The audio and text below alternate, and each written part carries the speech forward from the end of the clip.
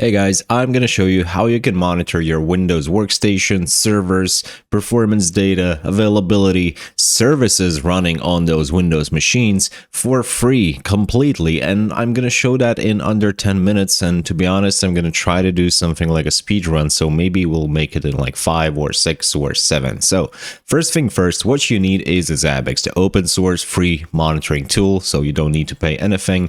And the easiest way to get Zabbix is to just git clone Docker repository of the Zabbix, right? Here it is. Here is the URL. I'll also post it in the description.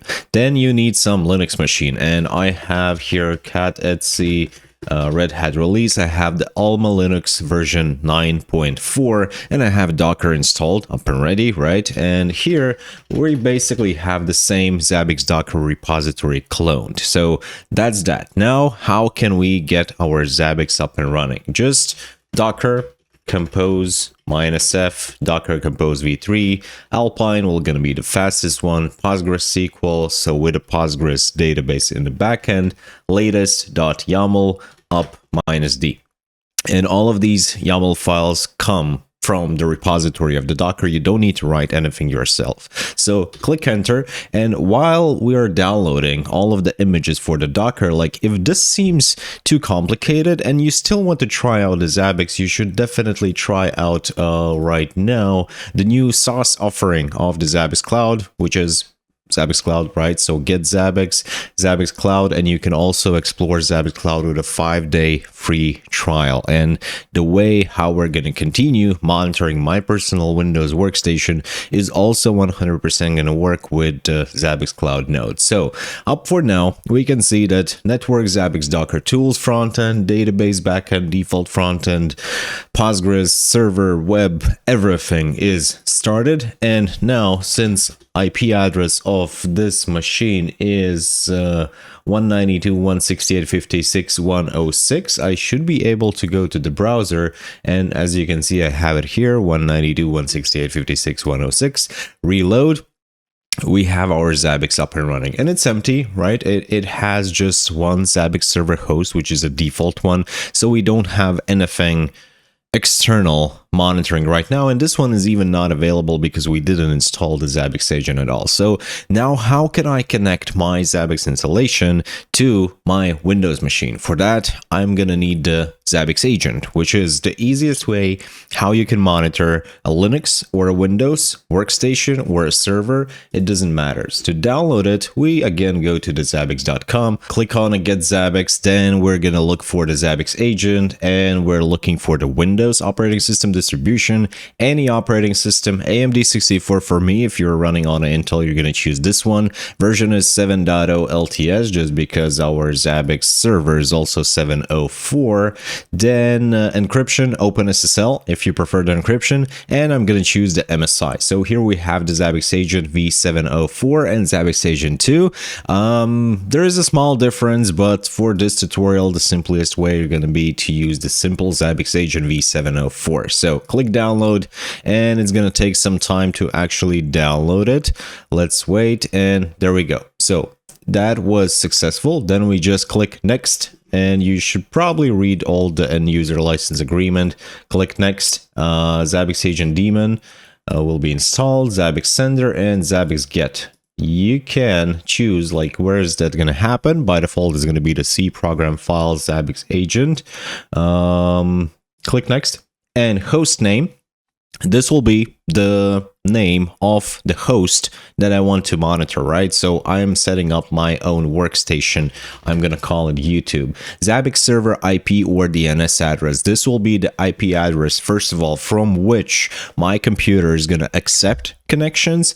And if we're going to use the active check monitoring, then server to which my computer is going to try to connect. And in both cases, it's the same. Remember, we have Zabbix up and running here in 192.168.56.106. So go back to the configuration of the MSI server. You don't need HTTPS part, just the IP address. Agent listening port, keep the default. 10050, and server or proxy for active checks. As I said, like one is for the passive, second one is for the active. Passive means server connects to the agent, active means agent connects to the server. I don't want to set up a PSK encryption and add agent location to the pad. That's probably a good idea. So next, install. While we are waiting, let me actually thank where I have it. All of the good Patreon members who joined in the recent days. I see Dominic Zimmerman, Jay Sanderson, Hector Rosales, Tsuwa, Peter Doyle, Ali Krishti, Keck Gaming, CC, Junior Perez, Pablo Lopez, and Jonathan Curti. So thank you guys. Appreciate really much. I'm trying to keep up with all of the posts for you. And click finish button. So let's go to the services MSC and find the Zabbix agent. It is already running. Cool. So now we can proceed in the Zabbix frontend. We need to create a host. I will also call it YouTube. I must add it to some of the host groups. That's a mandatory thing. Let's call it Windows servers. Windows servers, interfaces, add agent, IP address of my Windows machine, not the server machine, but the Windows machine is 192.168.56.1, and templates. So templates, we're gonna take what's already available. It's gonna be Windows monitoring by the Zabbix agent. So click add, and there we go. We have a new YouTube host, and let's just wait for a couple of seconds or whatever. And there we go. We can see that availability is green, which means that we already can go to the monitoring latest data and filter by our host in the host group Windows server, which is called the YouTube. Click apply, and we can already see like CPU information about my Windows machine, free swap space, memory pool, number of cores, number of processors, threads, versions of the Zabbix, uptime, swap space, and a lot of other information. And if that is not enough, you can go back to the hosts, and you see we already have 108 items, because all of the discovery rules actually run successfully. The ones that are monitoring the file systems, network interfaces, physical disks, and Windows services. So if we go back to the latest data, there's much more information happening. Like we have information about disks, file systems. Here you also find the state of the services like DNS cache, DPS, event log, and power, and much more. And if that is not enough, then by default you also have 88 triggers where each of them is going to fire and notify you when something will go wrong. As example, when DNS cache service will not be running, or maybe let's take when the disk C is going to be overloaded, and another example, when there's going to be the high swap usage or high CPU utilization. You will get a trigger in a state of the problem in your Zabbix, as I have right now for a couple of my services. As example, the Google Updater service is not running. So thank you guys for watching. If you want to get some more videos and tutorials, you will find a lot of them in this channel.